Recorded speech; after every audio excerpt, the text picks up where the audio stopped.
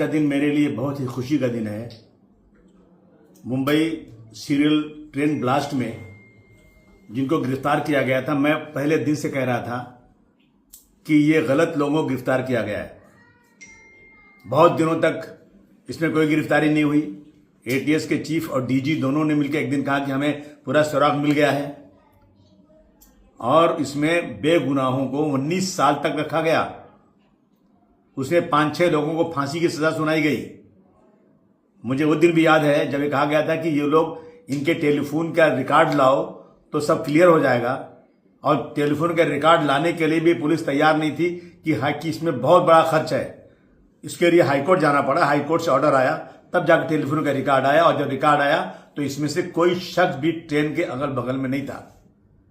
जिस तरह से पुलिस का रवैया है आज मुसलमानों के साथ, मैं समझता हूं ये बहुत ही गलत है, देश को बांटने वाला है। देश में जो संविधान उसकी धज्जियां उड़ाई जा रही हैं। जहां भी ब्लास्ट होता है बेकसूर मुसलमानों को जेल भेज दिया जाता है, और आज भी कितने मुसलमान बेकसूर पड़े 20-20 सालों से। इंसाफ खत्म हो चुका है देश में।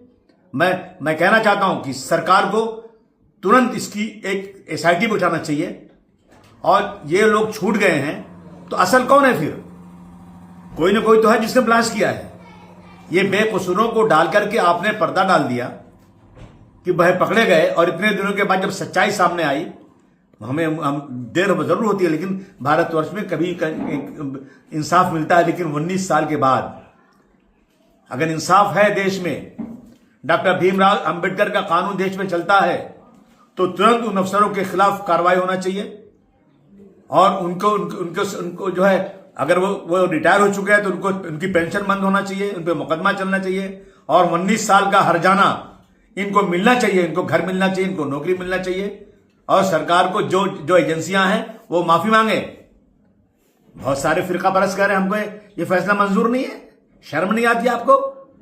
ये हाई कोर्ट का फैसला आया हुआ है। जब इनको फांसी की सजा हुई तो बहुत खुश हो रहे थे आप।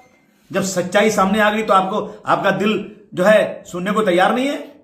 मैं समझता हूं कि ये आज जो है हमारे देश में जानबूझ करके मुसलमानों को बेकसूर फंसाया जा रहा है। बहुत ही गलत रवैया है। इस पर हमें सर जोड़कर बैठना चाहिए कि हमारे बच्चे बगैर किसी कसूर के जो सच्चाई के लिए आगे लड़ना चाहते हैं, देश की आजादी के लिए जिस कौम ने इतना बड़ा काम किया है, उस कौम के बच्चों को आज जबरदस्ती आतंकवादी बंद किया जा रहा है।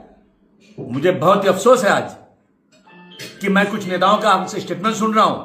ये कह रहे हैं बहुत दुर्भाग्य छूटना इनका, यानी बेकसूरों को फांसी मिल जाए तो आपको खुशी हो जाएगी। अगर असलियत है, कुछ कानून है, तो तुरंत इसकी इंक्वायरी होना चाहिए। इसके पीछे कौन लोग थे, किन्होंने इनको फंसाया, उनके खिलाफ सख्त कार्रवाई होना चाहिए। ये मेरी मांग है।